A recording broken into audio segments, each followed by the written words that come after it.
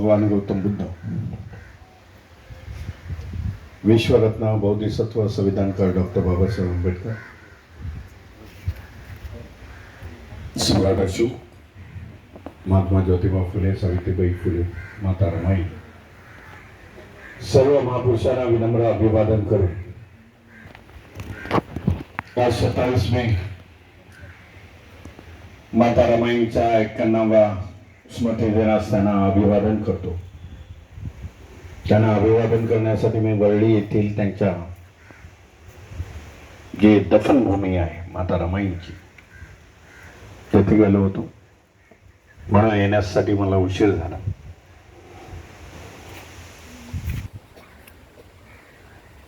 ते संपूर्ण आता स्मारक म्हणून आता डिक्लेअर करण्यात आलेलं आहे वरळी येथे. बऱ्याच वर्षाचा प्रयत्न होता. 35 ला माता रमाईंचा दफनविधी झालेला आहे. तिथे अग्निसंस्कार नाही आणि ते जरा सगळ्यांना माहिती होती. स्मशानभूमीपासून ते अलग प्रकारे जागा आहे.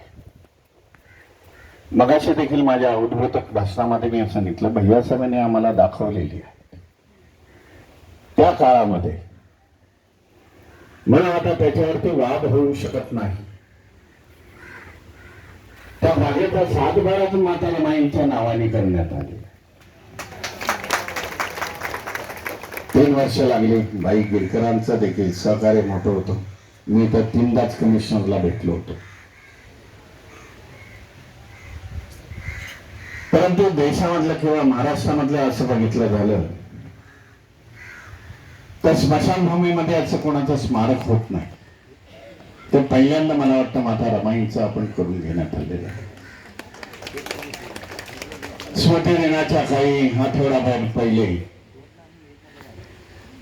जे काय महापालिकेची सभा झाली आणि त्याच्यामध्ये 1,17,00,000 रुपयाचा निधी देखील त्यांनी अलॉटमेंट केलेला आहे. म्हणून मी मगाशी जे काय बोललो तेच बोलतो तुमच्याशी. आणि स्मारक कसं दिसावं त्याच्या बाबतीत मी बोललो. पुण्यामधून जे मी पिंपरी चिंचवड मध्ये स्मारकाचं भूमिपूजन केलं होतं, सोशल मीडियामध्ये बघितलं असेल. त्याच्यानंतर मी माझ्या सोशल मीडियाच्या पेजवरती माता रमाईंचं कसं स्मारक होईल पिंपरी चिंचवड मधलं, तर देशामधलं सगळ्यात चांगलं स्मारक माता रमाईंचं पिंपरी चिंचवड मध्ये होईल, की ज्याची लागत लागणार आहे 30 करोड रुपयाच्या लागत आहे. आणि भव्य दिव्य आहे. जवळजवळ 2 एकर एरियामध्ये ते स्मारक आहे. ते बाबासाहेबांचं स्मारक आहे, तिथे रमाईंचं स्मारक आहे. दोघांनाही आतल्या बाजूने जाताना येऊ शकतं. एक बाहेरून जाता येईल, एक आतून जाता येईल. तशा प्रकारे माता रमाईंचे स्मारक आज संपूर्ण देशभरामध्ये होत आहे. मध्यंतरी मी एक पुस्तकाचं उद्घाटन करत होतो आशालताबाई कांबळे मुंबईच्या आंबेडकर भवनामध्ये.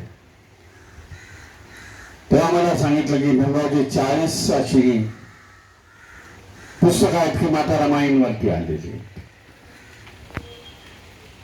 आणि तेव्हा मी सांगितलं होतं पण तू गडबड झाली.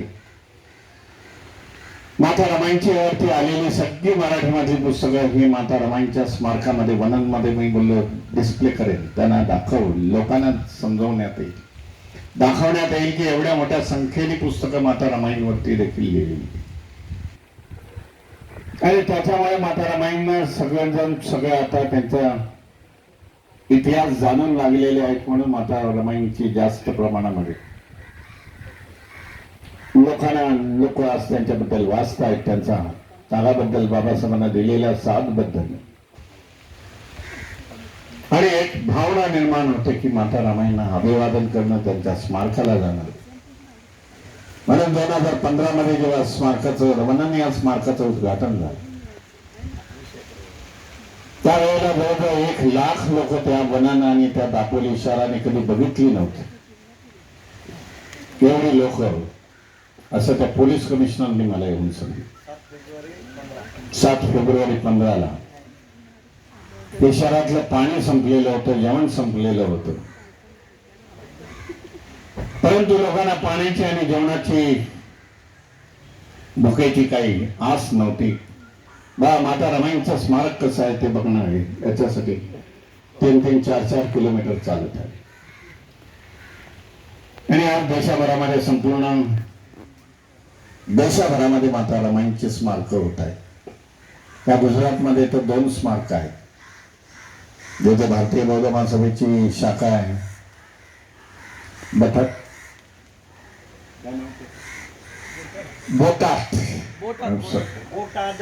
बोटाद येथे माता रमाईंचं स्मारक भारतीय बौद्ध महासभेने स्मारक केले बोटाद मध्ये. बीजेपीला जे असे फॉर असतील त्यांनी माता रमाईंचं 4 माळ्याचं स्मारक बाजूला केले, काही 5 मिनिटाच्या अंतरावर. गिर सोमनाथ मध्ये मी गेलो होतो. तोतैया तोतला असं शहराचं नाव आहे, जिथे संपूर्ण 250 लोकांची आपली लोकांची घर आहे. तरी माता रमाईंचं स्मारक केलेलं, 2 माळ्याचं स्मारक राजस्थान मध्ये आहे. राजस्थान मध्ये त्या हॉलला नाव दिलेलं आहे. 25 किलोची बाबा रमाईंची प्रतिमा मी दिलेली आहे, फोटोकॉपी तसबीर, की त्याचं वजन 25 किलो, 3.5 बाय 4.5 फुटाची एवढी मोठी आहे. सागाचे लाकूड आहे म्हणून एवढं भलं म्हणतात, त्याचं वजन झाले. मला एक काही मला प्रश्न विचारायचा, जो मला वाटतं 90चा काळ होता. 90च्या काळामध्ये बाबासाहेबांना ती PhD करणारे खूप लोक, विशेषतः युरोप मधून येणारे विद्यार्थी खूप होते. तेव्हा ते बाबासाहेबांचा अभ्यास वगैरे करून झाल्यावरती माझ्याकडे यायची. दुर्दैव आहे आपल्याकडे, येणाऱ्या काळामध्ये सिद्धार्थ कॉलेजचं सगळं कंट्रोल माझ्याकडे आलं तर अंडर द वन रूफ अशी लायब्ररी तयार करेन की सगळं बाबासाहेबांचं मटेरियल तिथे मिळेल, की त्याला इथे जायला नको तिथे जायला नको, पुस्तक कलेक्शन त्याला एका ह्याच्यामध्ये मिळेल. तेव्हा ते विद्यार्थी मला विचारले. मला बाबासाहेब शिकल्यानंतर ते नॅचरली बाबासाहेबांच्या पत्नीबद्दल ते लोक विचारले. परंतु त्यावेळेला खूप मोजकी पुस्तकं होती आणि ती मराठीमध्ये होती. तेव्हा मी सांगितलं होतं लेखकांना, अरे भाई यांचं इंग्रजीकरण काय, जोपर्यंत रमाई वाचत नाही तोपर्यंत बाबासाहेब करणार नाही, हे मी त्यांना सांगितलं होतं. म्हणून पहिले रमाई वाचावी लागेल. परंतु रमाई तेव्हा इंग्रजी पुस्तकं नव्हती आणि त्यावेळेला एवढी टेक्निक देखील नव्हती की ट्रान्सलेशन मोबाईलच्या माध्यमातून. परंतु आज रमाई सगळ्यांना इंग्रजीमध्ये अनेक पुस्तकं आली, ट्रान्सलेशन आले आणि त्याच्यामुळे रमाई आज युरोपापर्यंत गेली. आणि तो दिवस आज ठरून आज आपल्या सगळ्या केंद्रीय शिक्षणाचा समारोप सोहळा ठेवलेला आहे. मी तुम्हाला अभिनंदन करेन सगळ्यांचं. केंद्रीय शिक्षणाचं मी रिझल्ट बघितले, चांगल्यापैकी रिझल्टने पास झाल्यात, तुमचं अभिनंदन करतो. 10 दिवसाची मेहनत आहे. शिक्षणापासून काही गॅप पडल्यानंतर देखील तुम्ही एवढ्या मोठ्या संख्येने मार्क मिळवलेले आहे. ज्ञानाची गोडी आहे, धम्माची गोडी आहे. त्याच्यामुळे तुमचं कॉन्सन्ट्रेट, एकात्मता मिळाली तुम्हाला. आमचे केंद्रीय शिक्षक देखील शिकवण्यामध्ये हुशार आहे. काही रिपोर्ट्स मध्ये लिहिला असेल ते मी नंतर वाचतो. परंतु केंद्रीय शिक्षणाला मी सांगितलेलं आहे, बाबा छान देत असताना उत्तम देण्याचा प्रयत्न करा, की जेणेकरून आपल्याला केंद्रीय शिक्षका घडवायचे आहेत की तुमचा आदर्श त्यांच्याकडे असायला पाहिजे. त्या जेव्हा जातील, महाराष्ट्रामध्ये जातील, देशाभरामध्ये जातील, त्यावेळेला तिथे देखील लोकांनी त्यांना बघा चांगल्या प्रकारे शिकवलं असेल. बऱ्याच वेळेला मी अशा कार्यक्रमाला असतो, मला वाटतं अलीगडला होतो. अलीगडच्या काळात, अलीगड नंतर मी हरियाणामध्ये गेलो. हरियाणामध्ये भारतीय बौद्ध महासभेचे कार्यक्रम होते आणि अलीगडवरून मला वाटतं ही लोक परत आले. तुम्ही लोक परत आले नाही, निखाडे होता मला वाटतं. तेव्हा मी बघितलं केंद्रीय शिक्षिका होत्या, त्या महिला, अलीगडच्या महिला त्यांना सोडायला तयार नाही. अरे मुझे बात करनी है, मुझे भाषण करना है, मुझे प्रबोधन करना है, जो रुक जाओ जरा, इनको से साथ हम लोग मिलते हैं, बाहर तक हम जाके छोड़ के आते हैं. इतना बड़ा लगाव त्या केंद्रीय शिक्षकांबरोबर होता की म्हणे त्यांनी आम्हाला चांगल्या प्रकारे 10 दिवसामध्ये शिकवलं. इस प्रकार का शिक्षण हमें आज पहले मिलता था तो हम लोग ज्यादा धम्म का प्रचार और प्रसार इस मुद्दे में करते थे. असा आदर्श जर निर्माण केला तर मला वाटतं आपल्याला जे ध्येय धोरण गाठायचं आहे ते आपण जरूर गाठू. आपल्याला सांगतो आपण उद्या, आज संध्याकाळीच आपल्या आपल्या घरी निघून जा. जे 2 इश्यू महत्वाचे झालेले आहेत त्याच्यामध्ये खूप मोठा समाजामध्ये काही लोकांनी गडबड करण्याचा प्रयत्न केले. एक जनगणनेच्या माध्यमातून त्याने काही जे व्हिडिओ आलेले आहेत, लोकांना भारतीय बौद्ध महासभेने सांगितलेले आहे अशा प्रकारे आपलं नोंदणी व्हायला पाहिजे. पण आता जी होत आहे ती प्रॉपर्टीची नोंदणी आहे, परंतु नंतरच्या काळामध्ये नोंदणी होणार आहे धर्माच्या कॉलम मध्ये, बौद्ध जातीच्या कॉलम मध्ये महार, मांग, चांभार वगैरे जे काय आले असतील ते लिहा, पाली शब्द लिहा. परंतु 2 दिवसापासून जे आपल्या काही दिवस साथी होते त्यांनी जो व्हिडिओ केलेला आहे तो चुकीचा व्हिडिओ आहे. आता त्यांना कधी सभेमध्ये घेऊ नका, तुम्हाला सुद्धा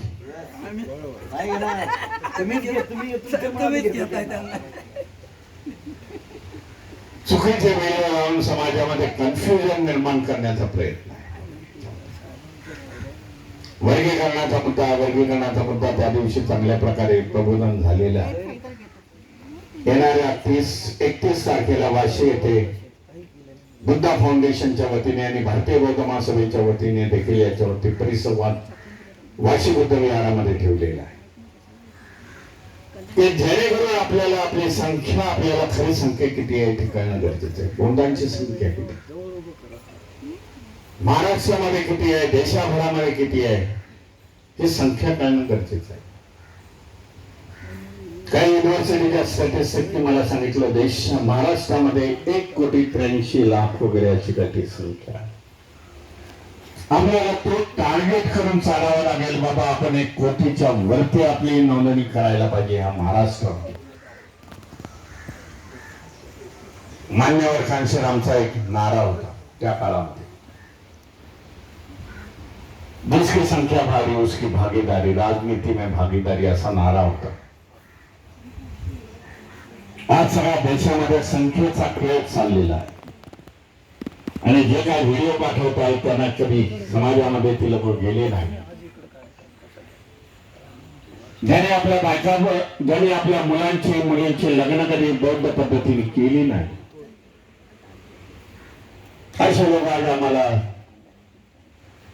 उपदेश करण्यासाठी व्हॉट्सअपच्या माध्यमातून उपदेश करतात.